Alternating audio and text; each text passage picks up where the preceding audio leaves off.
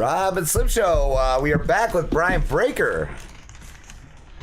Brian, you there? What's going on, guys? What's up, dude? I'm here. Pro wrestler and podcaster. That's right. Cool. How long have you been wrestling for, dude? Well, I started training in 2007, so almost 11 years total now. I guess this summer will be right at 11 years. How hard is that to break into? To break into wrestling, well, I don't know if it's as hard now. I mean, to break into somewhere where it matters, it's difficult in a lot of ways because you have to find I might suggest that if anyone is looking to break into wrestling, find a good school, find a reputable trainer, and which is probably going to cost you some money. So save up some money and then just get out there and start wrestling as many different places as you can. And a lot of times you're probably not going to get paid, very well or at all, but it's all about gaining experience so that one day you can make money.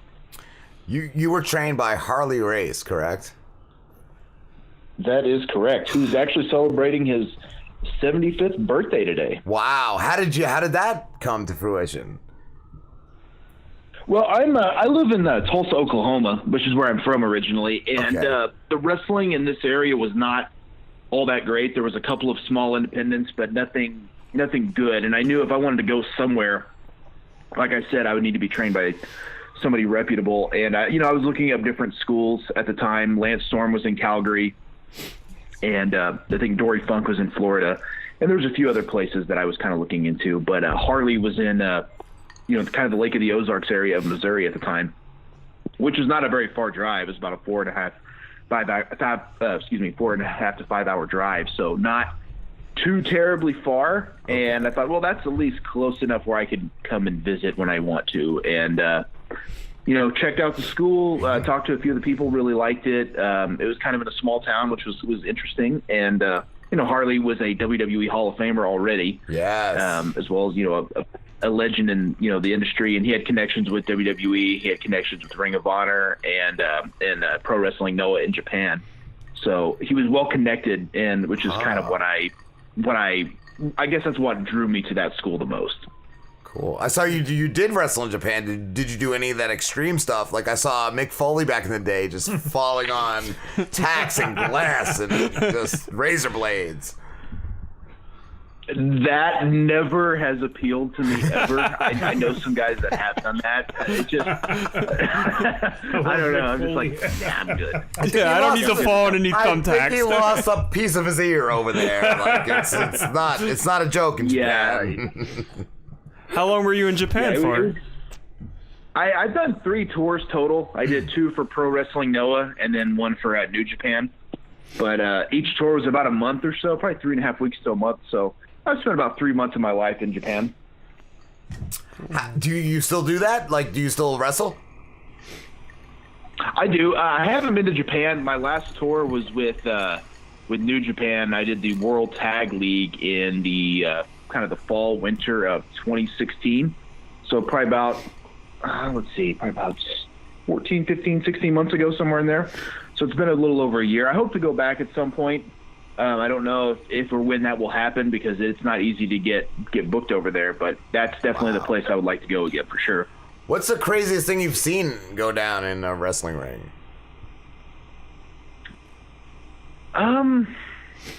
Honestly, the craziest thing I ever saw, and this is not even probably what you're going to expect. We had a kid who was training at the Harley Race Academy, and I'd only been in the wrestling business probably about a year or two at the time.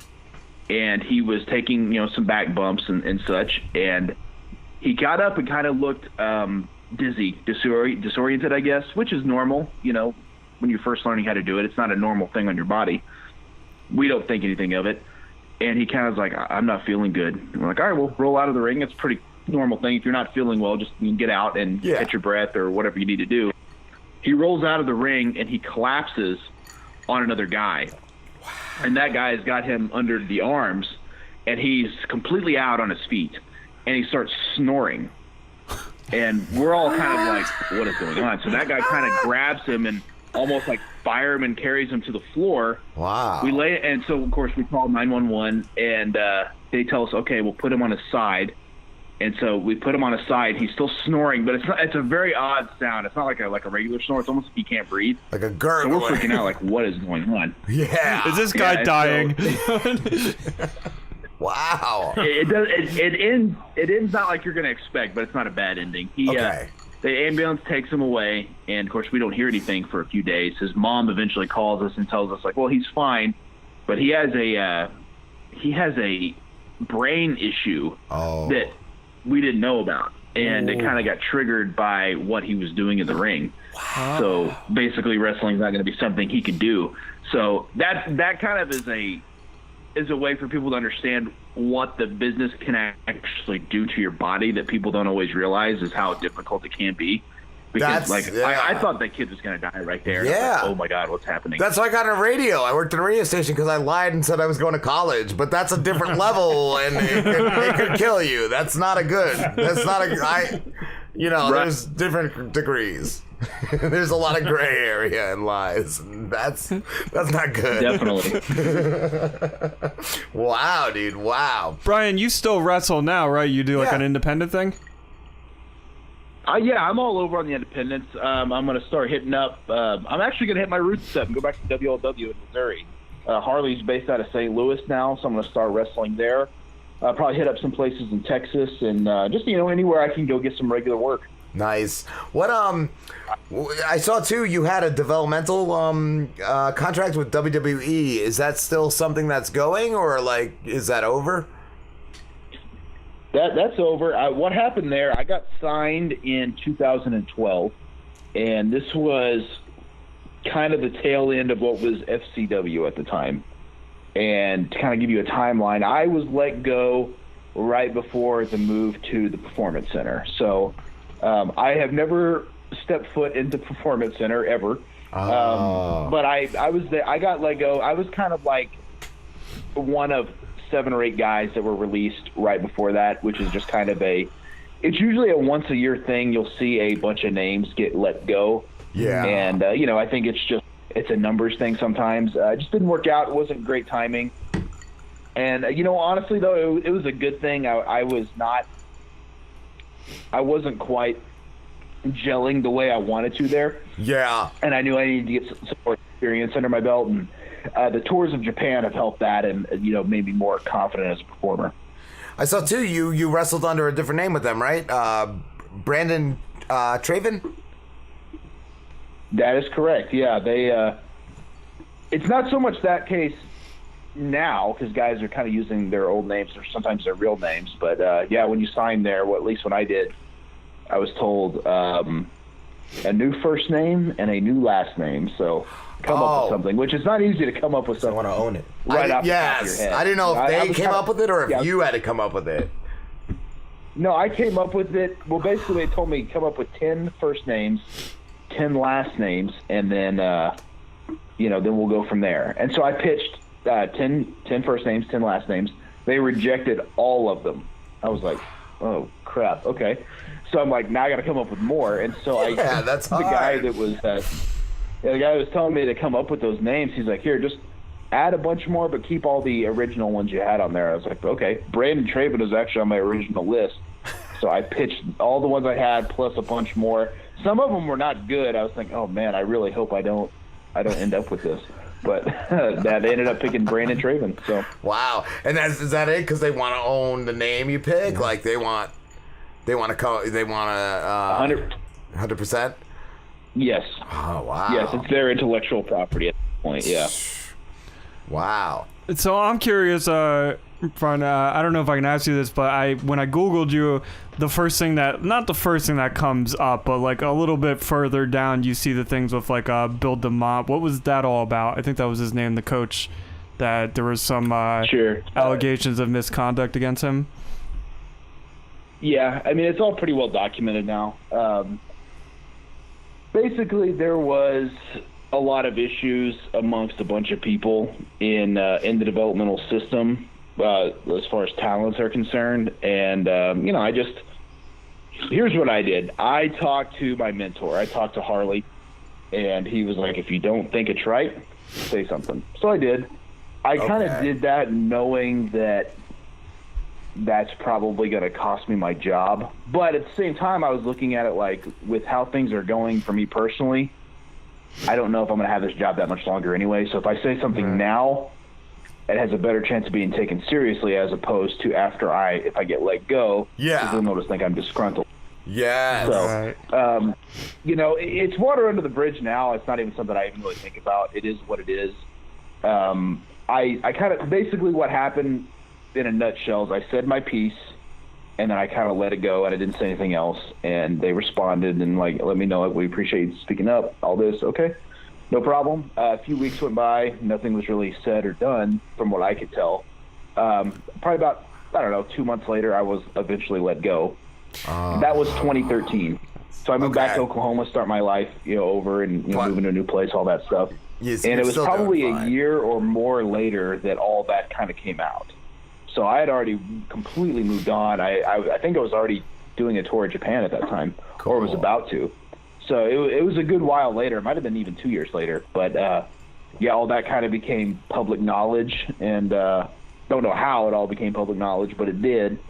And, and so now things have all changed there, probably for the better from what I could tell. But, it's just one of those things about that's how the wrestling business works sometimes. Yeah. Brian, your podcast, Breaker and Bane. How did you meet Bane? Me and Bane met in 7th grade, actually. Oh, so this is a story you guys will probably enjoy. I'm in 7th grade. Yeah, everything's awkward at that point in your life. So I'm walking into a science class wearing a Legion of Doom shirt. And this goofy-looking dude's sitting behind me, and he goes, "Hey, nice shirt." And, of course, this is also, like, the middle of the Monday Night Wars. Wrestling's hugely popular. Yes. And so I'm like, thanks. And he goes, "Does it say What a Rush?" And I was like, "No, it doesn't." He goes, "Oh, that'd be cool." What a rush. Yeah. So we made that connection, like, oh, he's a guy that likes wrestling. I like wrestling. Because, there's certain points you don't want to just throw that out there all the time. Yeah. People would make fun of you and stuff. And I was always, like, very nervous who I told I liked it. So I found a guy that liked wrestling. And, at that point, we had just met that year. And we went all the way through to graduating high school together. And we became, we're always friends ever since then. But Bane's always been big into music, and he's done rock and hip hop and all other kinds of music. He's got albums on iTunes right now. Yes. He actually has a wrestling related album called Bane's World. I think everyone would enjoy. And so we kind of started. I moved back to Oklahoma, like I said, in 2013. We rekindled our relationship as friends because we hadn't talked to each other in years. I mean, we hit here and there, but we hadn't seen each other because I'd been living in Missouri and stuff. And so we started hanging out and stuff again. And I'm like, man, like, you're trying to make it in music. I'm trying to make it in wrestling. Like, we kind of are on a similar path, but completely different. And I did a podcast with a friend of mine named Mitch Baxter. He had kind of like a small podcast, and he asked me to do it. And I had never really done one before. And I was just like, man, that was really fun. It's like, yeah, man, it's a fun thing to do, just when I go out there. Because I never really thought about doing anything like that, honestly. Anything involving with broadcasting, I guess. So I hit a Bane. I was like, dude, we should do a podcast, because I knew he was good with all the technical stuff, all the technical work and uploading it and things like that I had no clue about.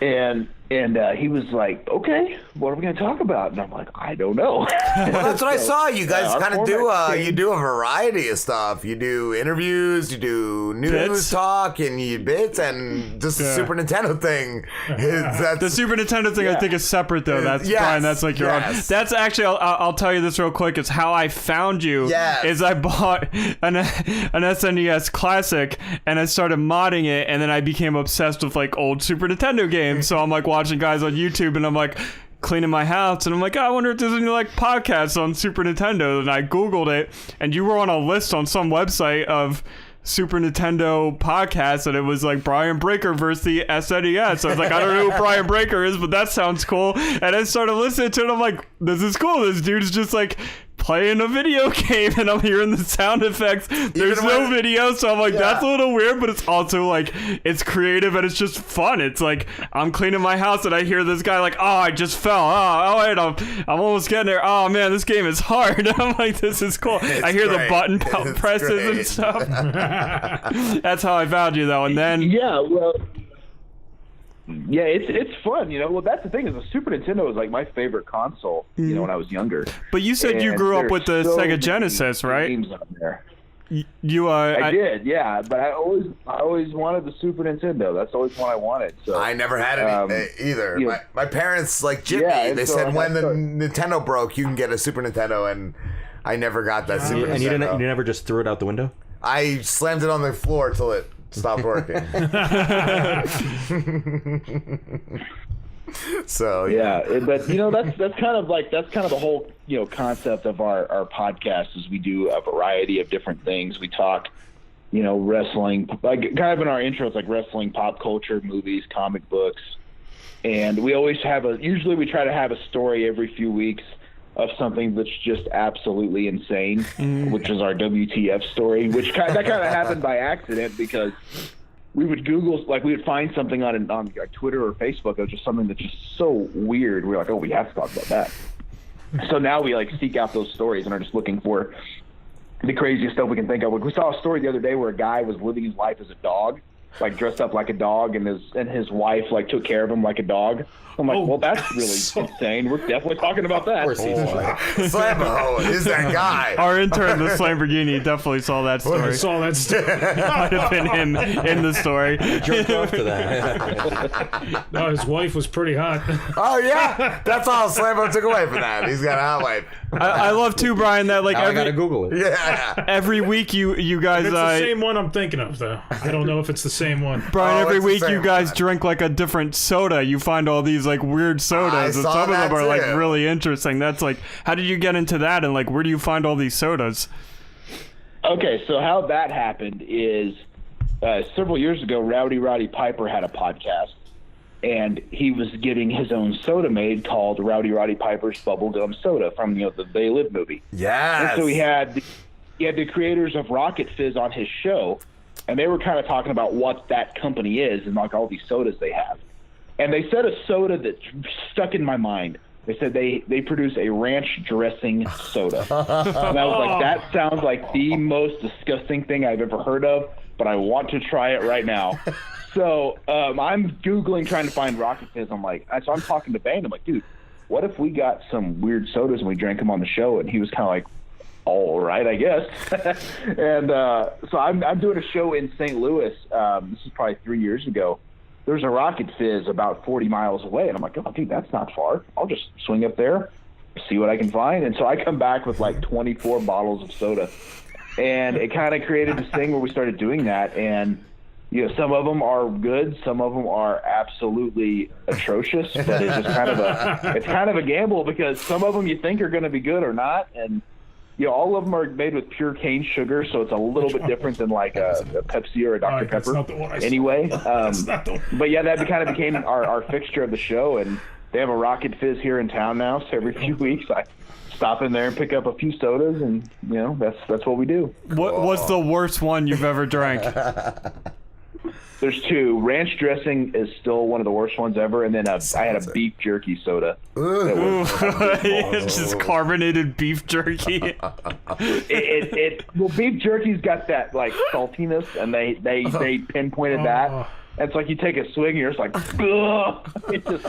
It was not good. Dude, even the Pepsi released recently like a caramel soda, and it's salted caramel, and I thought that was terrible. It was like I'm just drinking like liquid salt. Like, it's gross. Yeah, well, and you know, with soda, a lot of people typically just drink the same one. They don't usually venture out like that. It's hard to find one that you really enjoy. So, yeah, if you like Coke, you drink Coke. That's it. Or a cherry Coke. That's as wild as you get. Yeah. Brian, who would be your dream opponent in a wrestling ring? Dream opponent. Like, we talking like past, present, doesn't matter? Anything, yeah. Past, present, future, Slambo. Anybody. Oh, you knocked me the fuck out. So quickly. Mine would be Dr. Death Steve Williams, actually.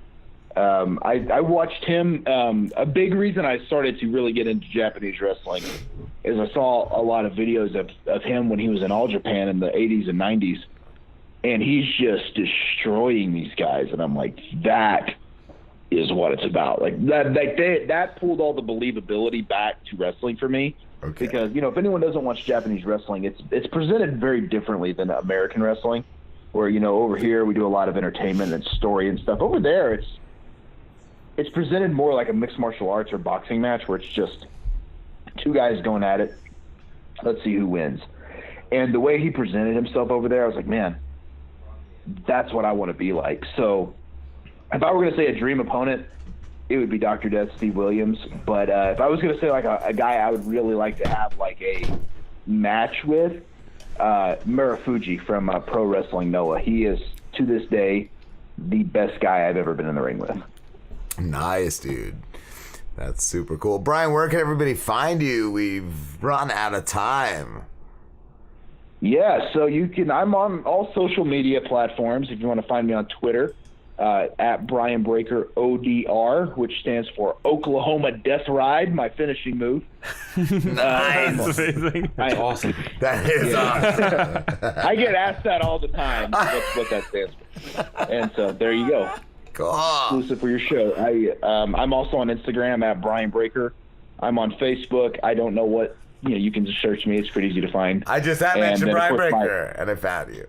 Yeah, there you go. And my podcast at BBPH918 on Twitter or any other social media platform. So, yeah, hit me up. I love interacting with fans. So if you guys hear this, shoot me a message. Awesome, Brian. Thank you, brother. Yeah, man, this is fun, guys. I appreciate you having me on. Absolutely, man. We'll have to do it again sometime. Definitely. Appreciate it, guys. Have a good one. Have a good one, Brian. See ya.